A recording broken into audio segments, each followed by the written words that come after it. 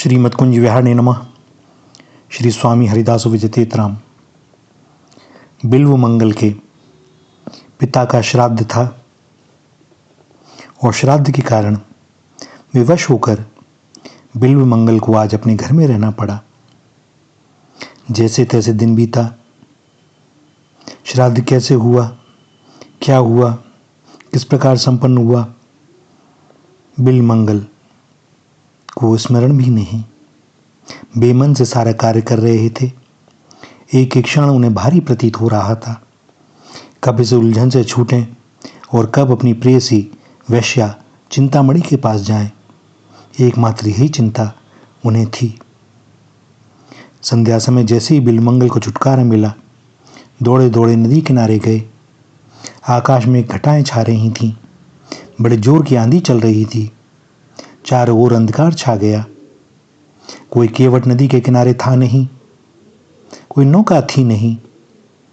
ढूंढते ढूंढते और देरी हो गई, रात्रि हो गई और जब कोई साधन पार जाने के लिए नहीं मिला, तब बिल्व मंगल नदी में कूद गए।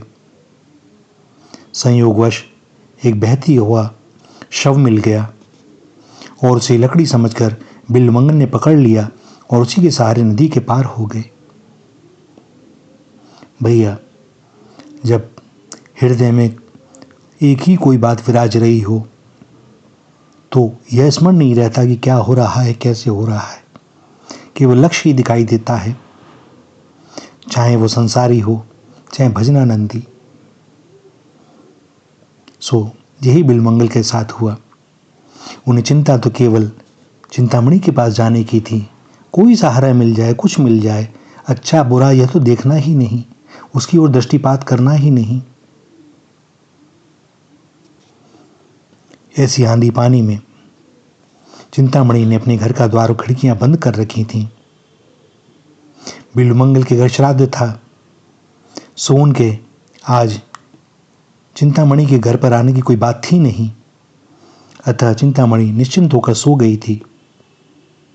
बिल्व मंगल ने द्वार पर पहुंचकर बहुत पुकारा, खटखटाया, किंतु वर्षा और आंधी के कारण उनका शब्द चिंतामणि सुन नहीं सकी। अचानक बिजली चमकी। बिल्व मंगल को एक खिड़की से रस्सी जैसा कुछ लटकता हुआ दिखाई दिया और वे उसे पकड़कर ऊपर चढ़ गए। वह खिड़की संयोगवश खुली थी और वह उसी से होते हुए भीतर पहुंच गए। अंदर जाकर देखा, चिंतामणि सो रही थी। आहा, कैसा पूर्व सौंदर्य! और मैं आज दिन भर इसके पास ना आ सका। बिल्व मंगल ने उसे जगाया। चिंतामणि पानी से भीगे बिल्व मंगल को देखकर चौंक गई। उसने पूछा, तुम इतनी रात गए आए तो आए कैसे, और तुम्हारे शरीर से इतनी दुर्गंध क्यों आ रही है? बिल्व मंगल ने बताया कि वे एक लकड़ी के तख्ते पर बैठकर नदी पार हुए थे और रस्सी के सहारे घर में पहुंचे। अब तक वर्षा रुक गई थी। चिंतामणि ने दीपक लेकर देखा तो खिड़की के बाहर सर्प लटक रहा था। फिर वह बिल्व मंगल के साथ नदी के तट तक गई। वहां जल जीवों से स्थान स्थान पर नुचा हुआ, दुर्गंध देता हुआ शव पड़ा था, जिसे लकड़ी का तख्ता समझकर उस पर बैठकर बिल्व मंगल नदी से पार हुए थे। वैश्या चिंतामणि का मन घृणा से भर गया। उसने कहा, ब्राह्मण कुमार, आज तुम्हारे पिता का श्राद्ध था और फिर भी तुम मेरे पास दौड़े चले आए। तुम प्रेम में इतने अंधे हो गए कि तुम्हें सड़े मुर्दे की दुर्गंध तक नहीं आई।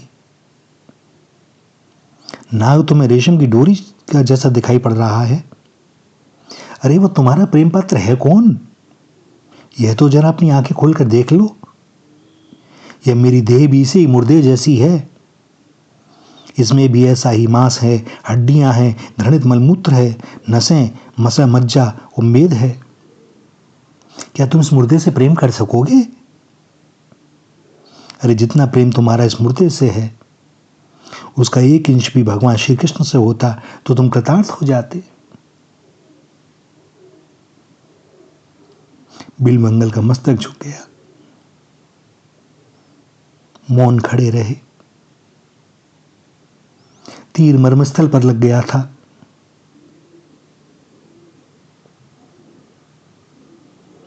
उनकी आंखों से आंसू छलक आए। बिल्वमंगल ने उस वैश्या चिंतामणि को प्रणाम किया। आज से तुम मेरी गुरु हो।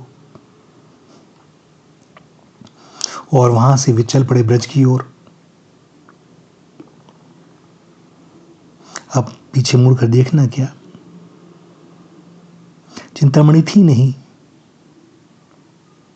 गुरु का आदेश मिल चुका था। समझ में आ गया था प्रेम पात्र कौन होना चाहिए, प्रेम किसे करना चाहिए।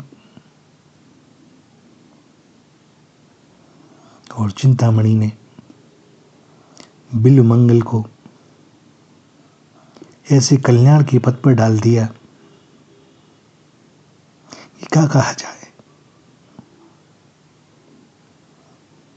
दास को यदाकदा स्मृति होती है और मुख्य रूप से 3 नाम आते हैं इस दास के मस्तिष्क में। दास प्रणाम करता है तीनों को। पहली विद्योत्मा,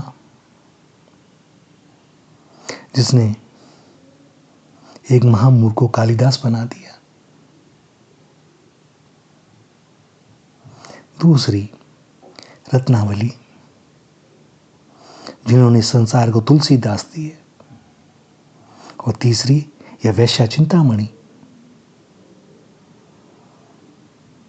जिसने बिल्वमंगल को राह दिखाई।